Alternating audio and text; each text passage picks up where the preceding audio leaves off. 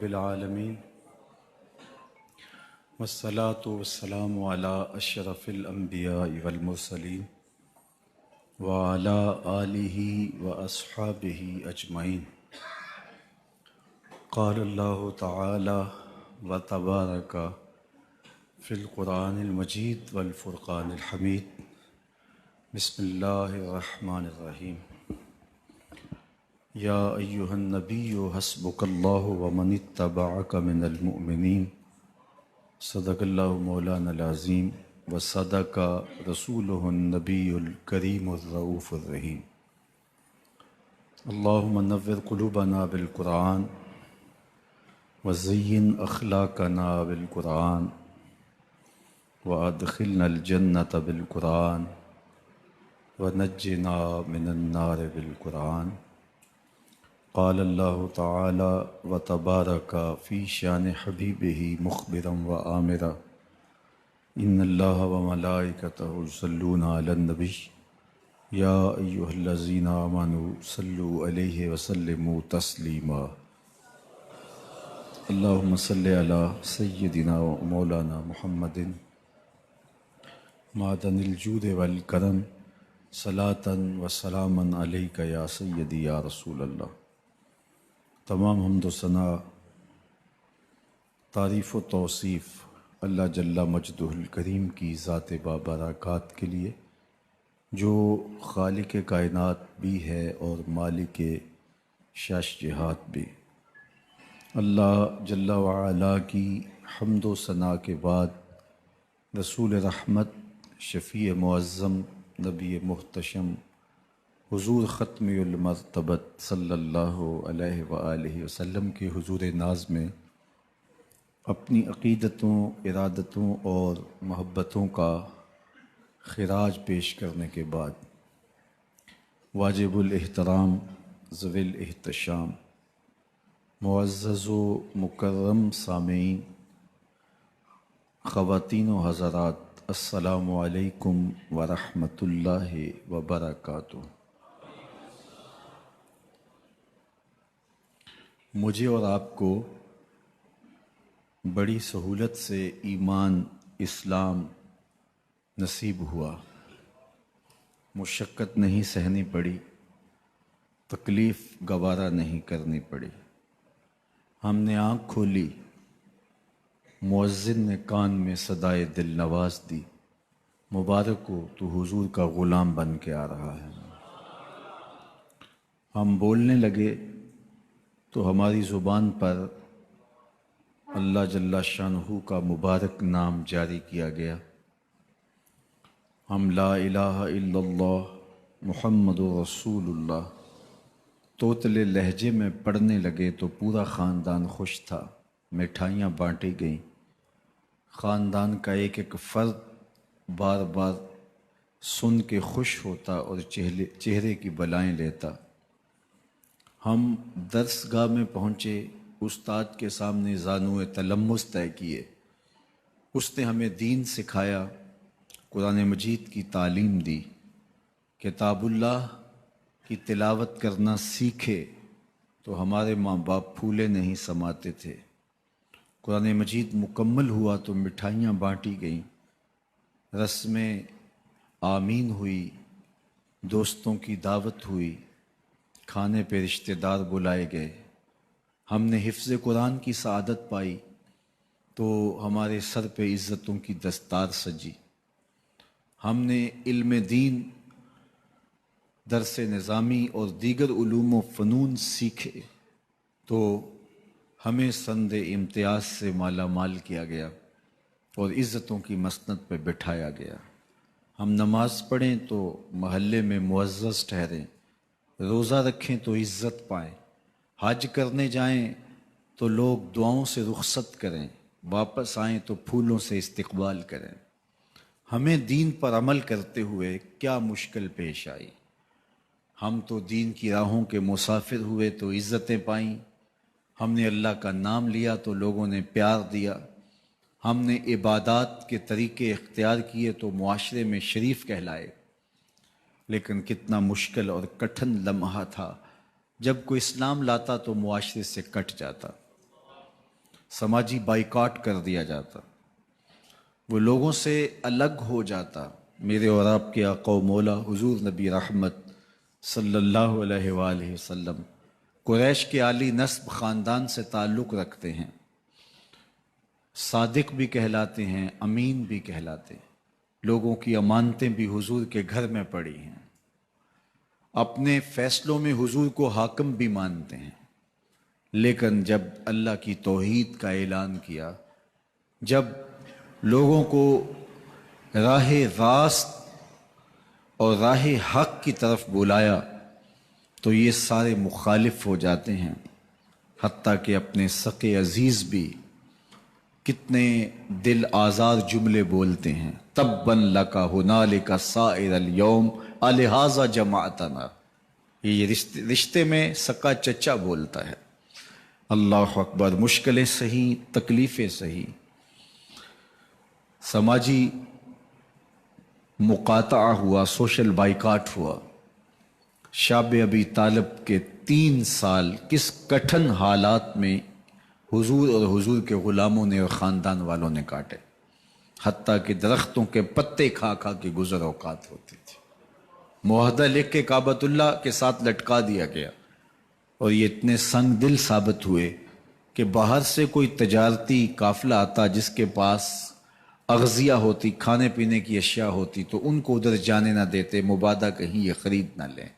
ان کا خیال یہ تھا کہ یہ بھوک سے دم توڑ جائیں، اور نیا دین جو لے کر کے آئے ہیں وہ شعب ابی طالب میں اس گھاٹی کے اندر ہی اپنے آخری دن پورے کرے۔ لیکن جس کو اللہ نے سر بلند کرنا ہو، عزت دینی ہو، جس دین کو پوری دنیا کے اوپر غالب ہونا تھا، اس کو کون روک سکتا تھا؟ اللہ کے محبوب علیہ الصلوۃ والسلام نے محنت، تندہی، کوشش اور کد و کاوش کے ذریعے لوگوں تک پیغام حق کا ابلاغ کیا۔ سب سے پہلے حضور کی اہلیہ حضرت سیدہ خدیجۃ الکبریٰ رضی اللہ تعالی عنہا ایمان لاتی ہیں۔ حضور علیہ السلام کے قریبی دوست، گہرے دوست حضرت سیدنا ابو بکر رضی اللہ تعالی عنہ ایمان لاتے ہیں۔ حضرت علی المرتضیٰ رضی اللہ تعالیٰ عنہ اگرچہ نو عمر ہے، لیکن سینے پہ ہاتھ رکھ کے کہتے ہیں جان و دل فدا کروں گا حضور آپ پہ۔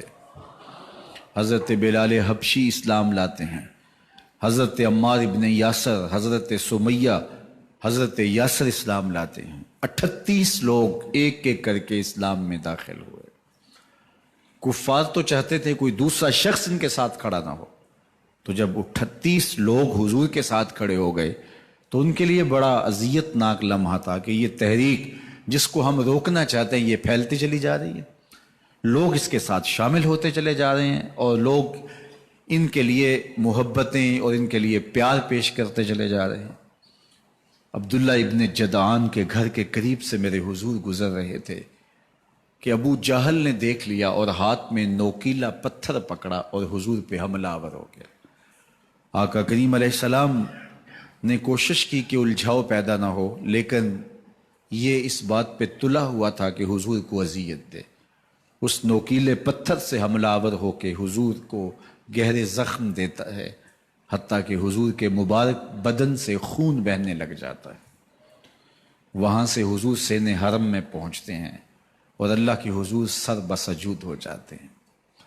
حضور کے چچا حمزہ بن عبد المطلب ابھی اسلام نہیں لائے تھے، وہ شکار کھیل کے واپس آ رہے ہیں، اور جب وہ شکار کھیل کے آتے تھے تو بڑا اترا کے چلتے تھے۔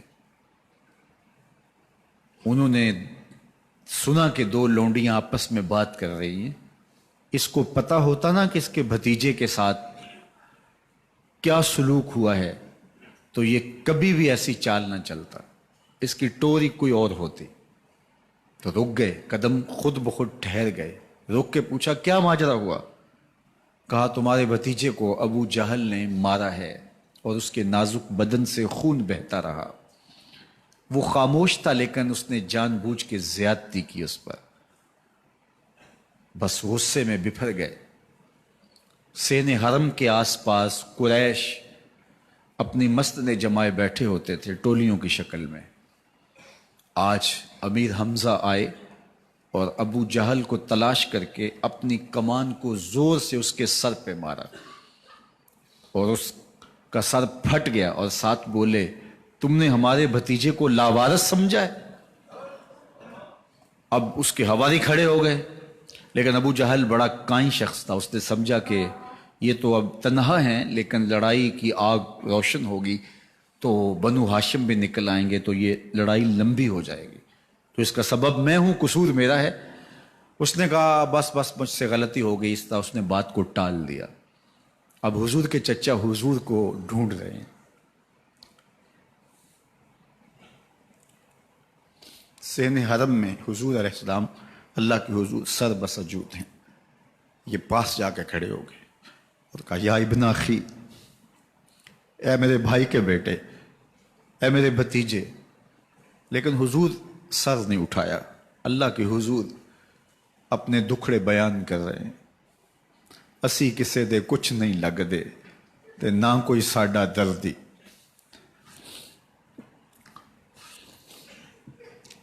اللہ کے محبوب علیہ السلام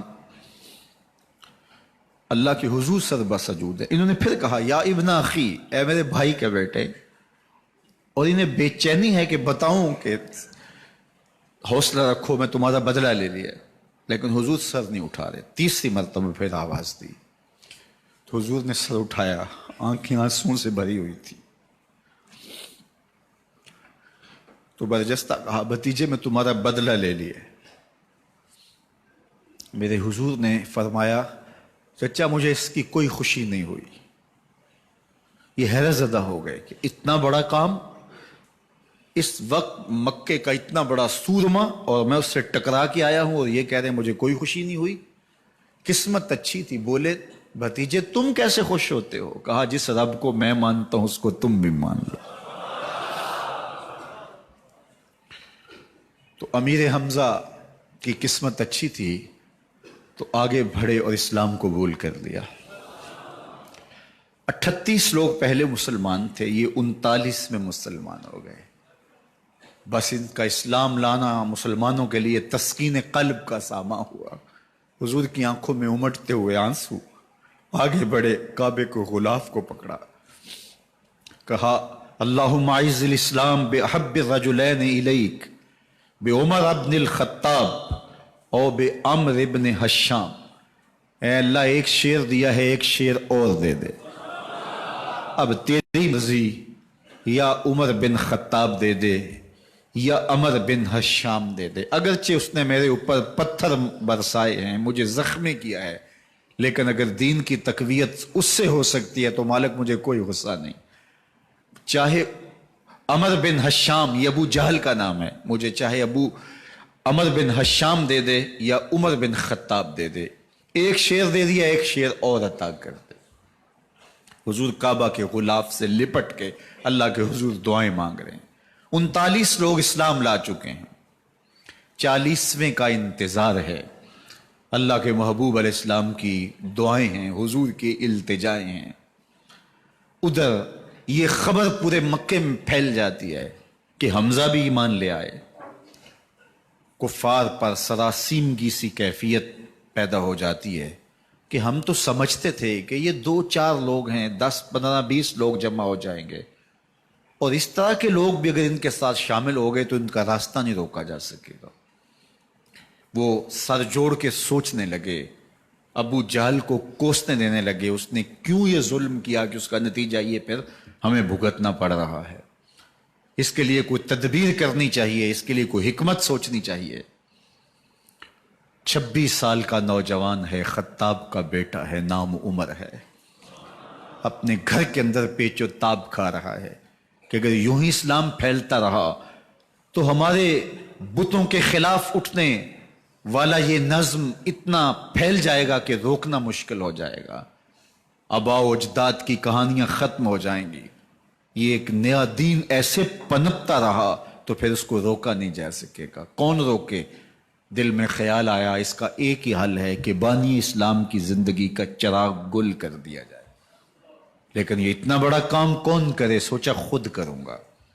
اٹھتی جوانی اور یہ پہلوانی کا زمانہ تھا عمر بن خطاب کا۔ اعضاء میں توانائی، طبیعت میں جوش، تلوار حمائل کی۔ دوپہر کے وقت خیال آیا تو کڑکتی دوپہر میں چل پڑے۔ سنسان گلیاں ہیں، سخت گرمی ہے، لوگ دیواروں سے لگ کے چلتے ہیں اگر کوئی کسی کو کسی مجبوری کے تحت کہیں جانا بھی پڑے، لیکن یہ مست ہاتھی کی طرح اپنے ارادے کو عملی جامہ پہنانے کے لیے گھر سے نکل پڑتے ہیں، اور اس انداز سے تلوار حمائل کیے ہوئے آگے بڑھ رہے ہیں۔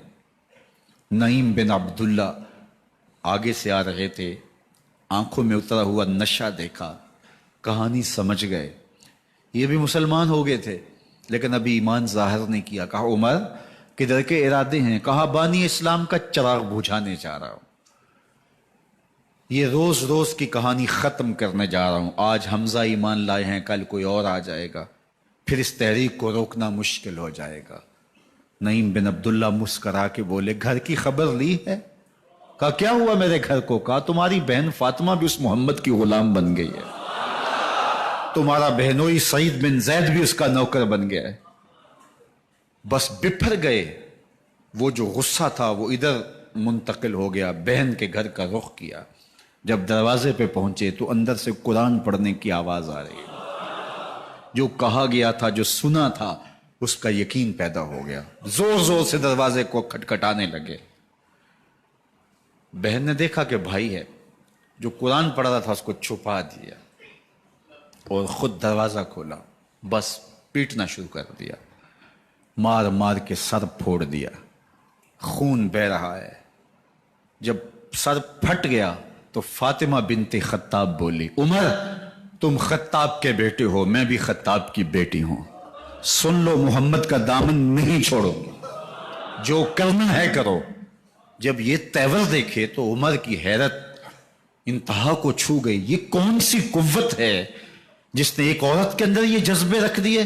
کہا اچھا بتاؤ تم کیا پڑھ رہے تھے؟ کہا تم ناپاک ہو، تمہیں نہیں دوں گی۔ کہا کیسے دو گی؟ کہا پہلے غسل کرو۔ عمر غسل کر رہا ہے، سودا لینے کے لیے بازار گئے، ہاتھ اس کے بکے جس کے خریدار گئے۔ عمر غسل کر رہے ہیں، غسل کر کے باہر آئے تو بہن قرآن لے آئی۔ وہ کھجور کی چھالیں، وہ چمڑے کے اوپر لکھا ہوا قرآن سامنے رکھ دیا۔ عمر پڑھ رہے ہیں طٰہٰ ما انزلنا علیک القرآن لتشقیٰ، اے 14ویں کے چاند محبوب، قرآن اس لیے نازل تو نہیں کیا تھا کہ تم مشقت میں پڑ جائے۔ محبوب رحمت کے دروازے کھل رہے ہیں، کرم نوازیاں ہونے والی ہیں۔ عمر پڑھتے گئے، آنکھوں کے بندن ٹوٹ گئے، آنسو آنے لگے، ٹپ ٹپ آنسو گرنے لگے۔ عمر رو رہے ہیں، بدن کانپ رہا ہے۔ آئے کس ارادے سے تھے، اب حالت کیا ہوئی جا رہی ہے۔ اپنی بہن سے کہا، بہنوئی سے کہا جس در کے تم غلام ہوئے ہو کبھی میں بھی اس در کا غلام نہیں ہو سکتا؟ عمر کی کہیں عمر نہ برباد ہو جائے، مجھے اس چوکھٹ پہ لے چلو۔ کہا چلو ہم اس دہلیز پہ لے چلتے ہیں۔ تلوار اسی طرح حمائل کی ہوئی ہے، حضور دار ارقم میں ہے۔ یہ اسلام کی پہلی درسگاہ ہے، حضرت ارقم کا گھر۔ مسلمانوں کی تعداد بہت تھوڑی، یہاں چھپ کر کے دین سیکھتے ہیں۔ حضور بھی وہاں تشریف فرما تھے، باقی اصحاب بھی وہاں تشریف فرما تھے، حضرت میرے حمزہ بھی وہاں تھے۔ دروازے کی درزوں سے دیکھا کہ عمر آ رہے ہیں، تلوار بھی حمائل کی ہوئی۔ صحابہ نے کہا عمر آ رہے ہیں، امیر حمزہ نے کہا کوئی پرواہ نہیں، آنے دو، اچھا ارادہ ہوا تو خوش آمدید کہیں گے، ارادہ اچھا نہ ہوا اس کی تلوار سے گردن کاٹوں گا۔ اللہ اکبر۔ جب دروازہ کھولا تو دو صحابہ نے بازوں سے پکڑ لیا، کندھوں سے۔ حضور نے فرمایا کندھے چھوڑ دو، کندھے چھوڑ دیے گئے۔ آقا کریم علیہ الصلوۃ والسلام نے ان کے گلے کے اندر جو کپڑا تھا اس کو پکڑ کے جھٹکا دیا، اسلم عمر، عمر اسلام لاؤ۔ اللہ اکبر۔ اور ساتھ حضور نے حضرت عمر کے دل پہ ہاتھ رکھے، اللہم اہد قلبہ، اللہ عمر کے دل میں ہدایت ڈال دے۔ بس یہ جملہ کہنے کی دیر تھی اور حضور کا ہاتھ پھرنے کی دیر تھی، اندر سے کفر دھلتا چلا گیا۔ اور عمر نے کہا اشہد ان لا الہ الا اللہ واشہد انک رسول اللہ۔ جب یہ پڑا کلمہ تو حضور کی زبان سے بے ساختہ نکلا اللہ اکبر، اور صحابہ نے بھی اللہ اکبر کہا، اور اس زور سے کہا کہ مکے کی گلیاں گونجنے لگی۔ اب عمر ایمان لانے کے بعد حضور کی خدمت میں حاضر ہو کے عرض کرتے ہیں حضور کیا ہم حق پہ نہیں ہیں؟ فرمایا ہم حق پہ ہیں۔ کہ اللہ کا دین سچا نہیں ہے؟ فرمایا اللہ کا دین سچا ہے۔ کہا کہ آپ اللہ کے سچے نبی نہیں ہیں؟ فرمایا میں اللہ کا سچا نبی ہوں۔ تو فرمایا پھر ہم چھپ کے نماز کیوں پڑھیں؟ کہا کہ عمر تم جانتے ہو حکمت ہے، اتنے جو ہے وہ ہماری تعداد نہیں، اور کفار کا جور و ظلم اور ستم۔ عرض کی حضور ہم کعبۃ اللہ میں جا کے نماز پڑھیں گے۔ مسلمانوں کی دو صفیں بن گئی، ایک صف کی قیادت امیر حمزہ کر رہے ہیں، ایک صف کی قیادت حضرت فاروق اعظم کر رہے ہیں، درمیان میں حضور چل رہے ہیں، اور روایات میں آتا ہے حضرت عمر چلتے جاتے ہیں اور ساتھ لا الہ الا اللہ پڑھتے چلے جا رہے ہیں۔ اور پھر جا کے وہاں پہنچے تو وہاں جو صنادید قریش تھے ان پر سختہ طاری ہو گیا۔ حضرت عمر رضی اللہ تعالیٰ عنہ جب ایمان لائے تو آپ نے ایک ایک کافر کے گھر کے دروازے پہ کھڑے ہو کے کہا، جب کوئی بھی شخص مسلمان ہوتا تو کفار اس کو مارتے، زود و کوب کرتے، ظلم کرتے، ستم کرتے، گھسیٹتے بازاروں میں، لیکن حضرت عمر ایمان لائے تو ایک ایک شخص کے دروازے پر کھڑے ہو کر کے کہا کہ تم کمزوروں کو مارتے تھے، میں تمہیں بتانے آیا ہوں میں محمد عربی کا نوکر بن گیا ہوں۔ بلکہ آپ نے اعلان کیا جس نے اپنی بیوی کو بیوہ اور بچوں کو یتیم کروانا ہو اور اپنے ماں باپ کی کمر کو جھکانا ہو وہ عمر کے مقابلے میں آئے۔ اللہ اکبر۔ زنیرہ نامی ایک خاتون تھی، بہت کمزور، راوی کہتا ہے کہ اس کی ہڈیوں میں گودا نہیں تھا، عشق رسول تھا، اور اس کا ظالم آقا اس کو مارتا ہے، اور جب مار مار کے تھک جاتا ہے ادھر سے عمر آ رہے ہیں، یہ اسلام لانے کے پہلے کی کہانی ہے، تو ادھر سے عمر آ رہے ہیں تو اس نے کہا عمر تم جوان آدمی ہو تو یہ چھوڑتی نہیں ہے اپنے نبی کا نام، ذرا تم آؤ۔ تو عمر کوڑا پکڑ لیتے اسے مارتے ہیں، مارتے مارتے تھک جاتے ہیں تو پانی پینے لگتے ہیں، تو کہتے ہیں مجھے تیرے پہ ترس نہیں آیا لیکن میں ذرا پانی پینے لگا ہوں، اور پھر گلے کے اندر کپ ڈال کر کے کوڑا اور اس کی رسی کو بل دیتے ہیں اور اس کی آنکھیں باہر نکل آتی ہیں، اور کہتے ہیں بلا اپنے نبی کو جو تیری آنکھوں کی بینائی واپس کرے۔ اللہ اکبر۔ تو اس نے آسمان کی طرف منہ کر کے کہا مالک میں کبھی بھی آنکھوں کی بینائی نہ مانگتی، لیکن اب تیرے نبی کی عزت کا سوال ہے۔ آنکھوں کی بینائی واپس ہو جاتی ہے۔ زنیرہ کو بڑا مارا، آج عمر گلیوں میں آنکھوں میں آنسو ہیں اور عجیب دلے بے تاب ہے، اور کہتا ہے آؤ بھئی میں حضور کا غلام بن گیا ہوں، تمہیں بتانے آیا ہوں۔ زنیرہ نے موڑ کاٹا تو آگے عمر یہ آواز دے رہے تھے۔ زنیرہ ایک کونے پہ کھڑے ہو کے رو کے کہتی ہے عمر تم تو بڑے اس دن جوش و غضب میں تھے اور تم مارتے ہوئے تھکتے نہیں تھے۔ تو عمر نے کہا زنیرہ اس دن میں نے دیکھا نہیں تھا، اب میں محمد عربی کو دیکھ آیا ہوں۔ جنہ ویکھیا نہیں ہو کرن گلاں، جنہ ویکھیا نہیں ہو کرن گلاں، جنہ ویکھیا ہو تے بول دے نہیں، جڑے محرم راز حقیقت دے اور راز حقیقت کھول دے نہیں۔ تو حضرت عمر رضی اللہ تعالیٰ عنہ ایمان لائے۔ حضرت عبداللہ ابن مسعود رضی اللہ تعالیٰ عنہ فرماتے ہیں کہ حضرت عمر کا ایمان لانا مسلمانوں کے لیے عزت کا سبب تھا، ان کا ہجرت کرنا مسلمانوں کی نصرت تھی، اور ان کی خلافت مسلمانوں کے لیے رحمت تھی۔ حضرت عمر رضی اللہ تعالی عنہ وہ ہیں کہ میرے حضور نے فرمایا لوگوں جب نیک لوگوں کا ذکر کرو تو میرے عمر کا تذکرہ ضرور کیا کرو۔ میرا عمر وہ ہے کہ جب وہ ایک جگہ ایک سمت سے آ رہا ہو، ایک گلی اور بازار سے آ رہا ہو تو شیطان بھی آ رہا ہو، عمر کو دیکھ کے راستہ تبدیل کر لیتا ہے۔ حضرت عمر رضی اللہ تعالی عنہ کی طبیعت کے اندر جو جاہ و جلال تھا، طبیعت کے اندر جو سختی تھی، وہ اسلام کے اندر آ کر بھی قائم رہی، اور آپ نے وہی سختی، وہی جاہ و جلال جو پہلے مسلمانوں کے خلاف تھا، اب کفار کے خلاف، منافقین کے خلاف حضرت عمر کی طبیعت کے اندر وہ جوش و خروش بدستور موجود رہا۔ لیکن جس دن آپ خلیفہ بنے تو اس دن آپ نے ممبر پہ چڑھ کے جو خطبہ دیا اس میں کہا لوگوں میں سخت اس لیے تھا کہ رسول اللہ نرم تھے، پھر میں سخت اس لیے تھا کہ حضرت ابوبکر صدیق نرم تھے، اب میں تخت خلافت پہ بیٹھا ہوں، اب میری سختی جو ہے وہ نرمی میں تبدیل ہو گئی، صرف فاسقوں، فاجروں اور باغیوں کے لیے میں سخت ہوں، باقی تمہارے لیے نرم ہوں۔ سب سے کم جو تنخواہ بیت المال سے اگر کسی وجود نے لی ہے تو وہ حضرت عمر رضی اللہ تعالیٰ عنہ نے لی ہے. صرف 2 جوڑے لیتے تھے سال میں، اور راوی کہتا ہے کہ میں نے دیکھا ہے کہ اس میں بھی 17 پیوند لگے ہوتے تھے.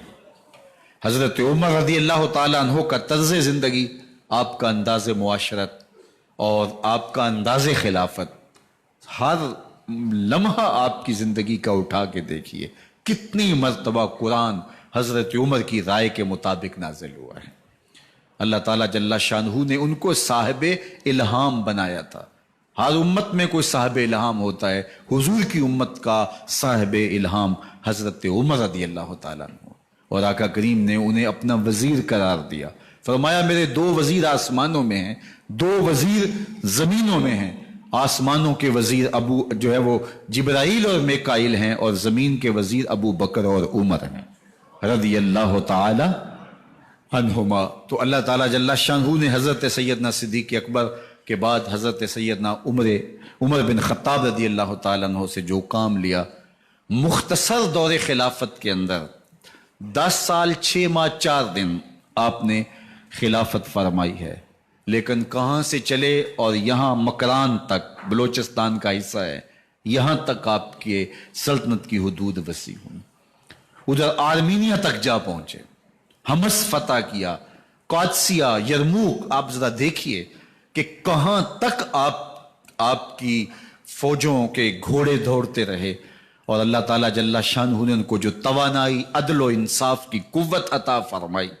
اللہ اکبر. جب زمین پہ عدل کیا ہو تو زمین بھی حکم مانتی ہے، اور حضرت عمر وہ تھے جن کا حکم ہوائیں بھی مانتی تھی، زمین بھی مانتی تھی، جن کا حکم جو ہے وہ آگ بھی تسلیم کرتی تھی، اور دریا بھی ان کا حکم مانا کرتے تھے.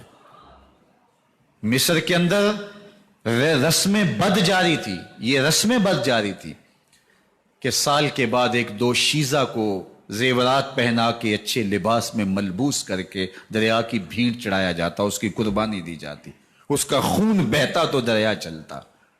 جب اسلام مسلمانوں نے مصر فتح کیا تو گورنر نے لکھا کہ اسلام تو اس طرح کی رسوم کی اجازت نہیں دیتا، لیکن خشک سالی ہے، لوگوں کی فصلیں ویران پڑی ہیں، تو حضرت کیا کیا جائے.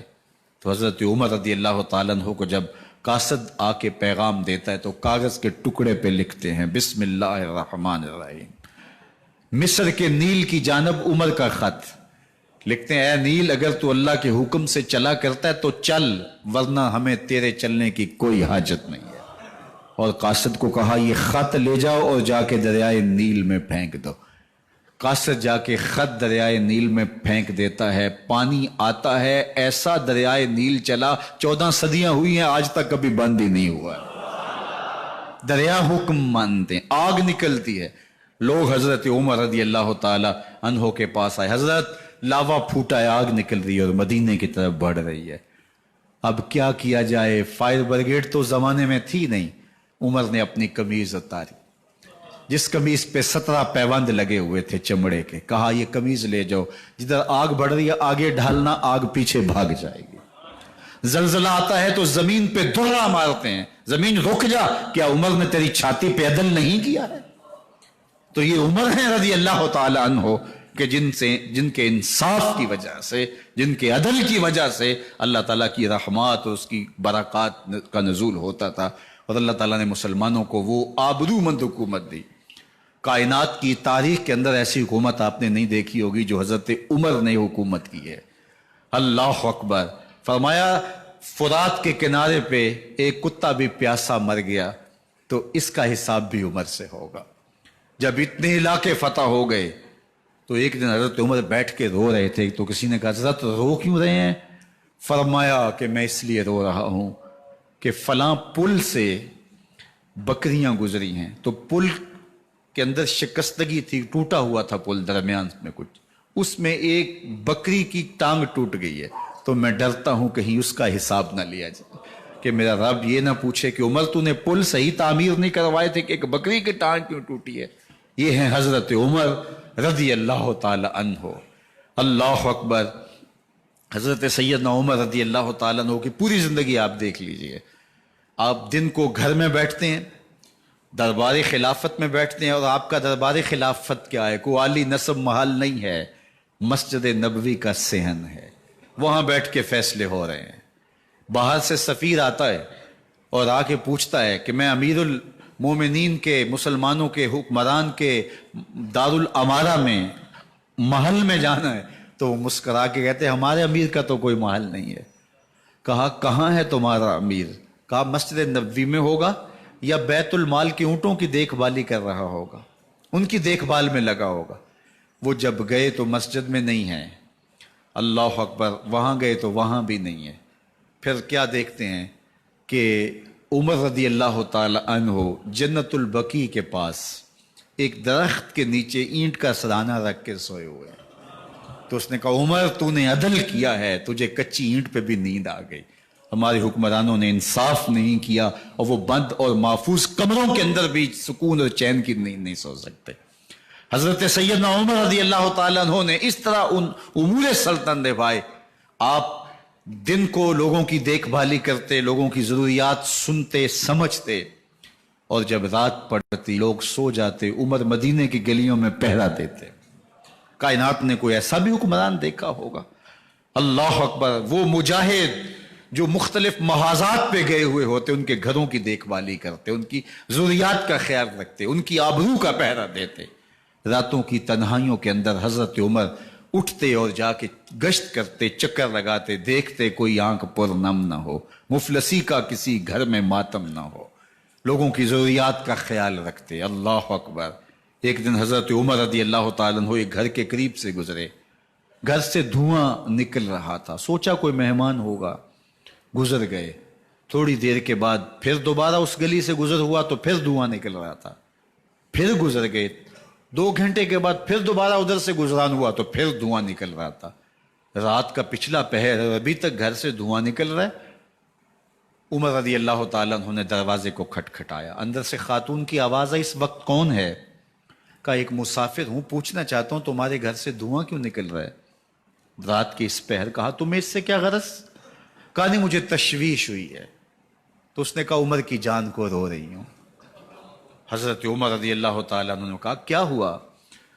کہا کہ کھانے کے لیے گھر کچھ نہیں ہے، بچے ضد کر رہے ہیں، ہنڈیا کے اندر پتھر ڈال کر کے میں نیچے سے آگ دیے جا رہی ہوں، بچوں کہتی ہوں تھوڑی دیر ہے تھوڑی دیر ہے، کہ بچے تھک کے سو جائیں گے انتظار کر کر کے، تو کچھ ہو تو پکے، اور بچے ہیں بھوک سے، شدت بھوک کی وجہ سے سو بھی نہیں رہے، اور میں یہاں بیٹھے عمر کی جان رو رہی ہوں۔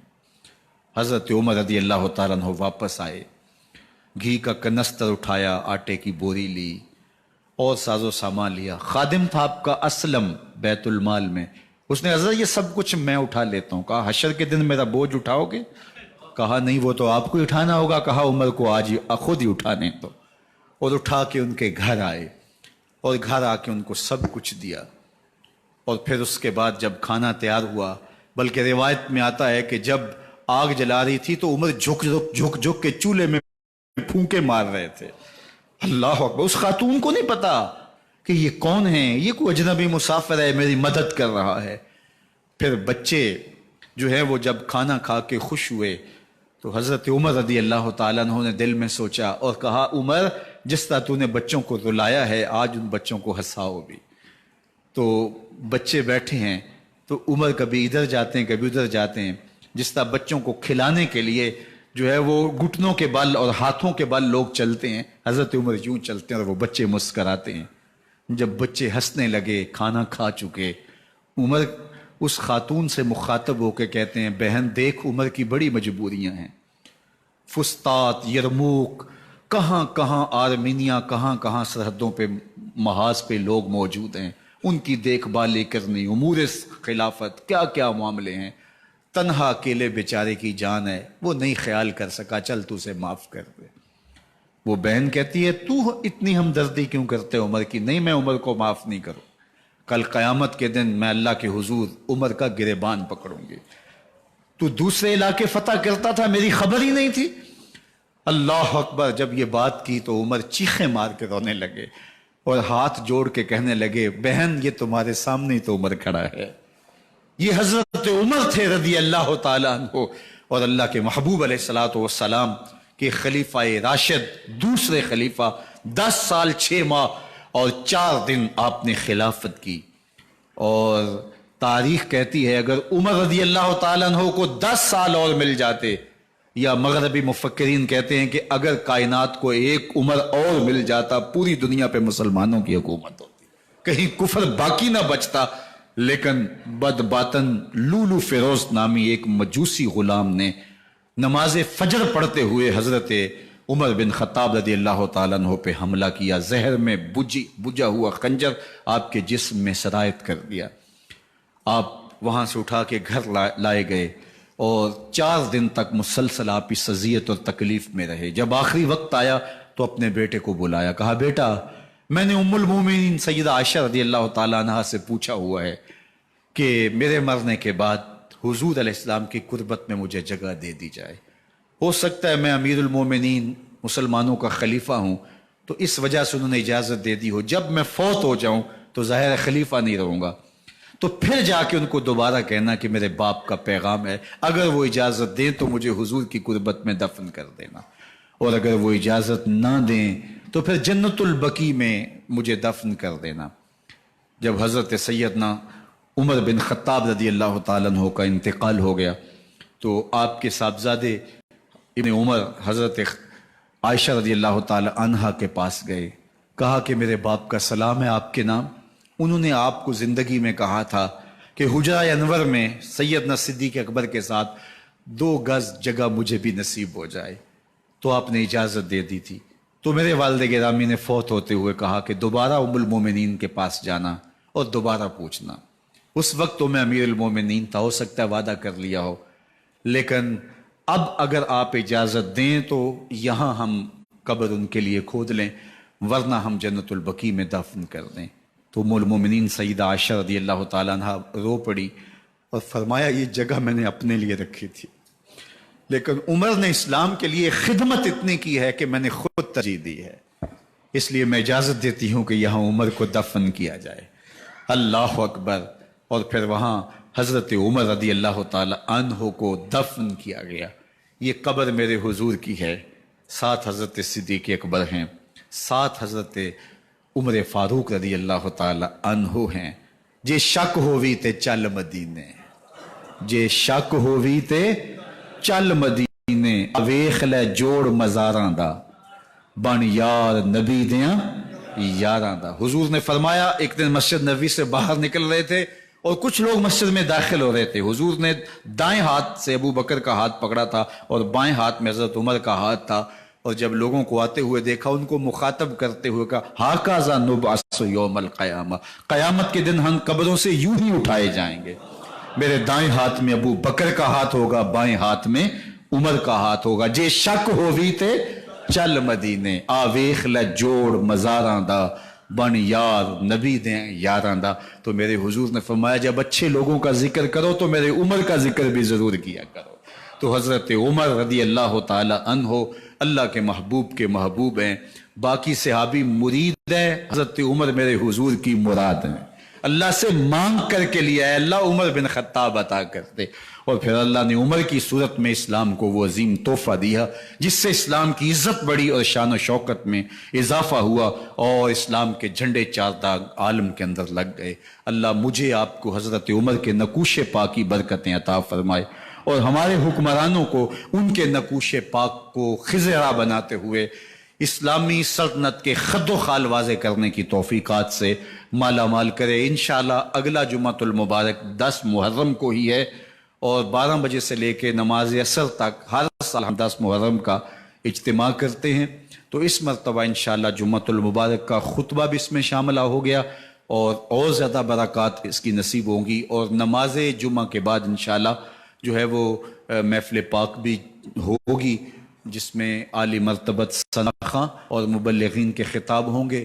تو اگلے جمعۃ المبارک کو انشاءاللہ آپ سے دوبارہ ملاقات ہوگی. آپ تشریف لائیے گا، دوستوں کو ترغیب دیجیے گا. اللہ آپ سب کو جزائے خیر دے، دنیا آخرت کی بھلائیاں آپ کا مقسوم کرے. وآخر دعوانا ان الحمد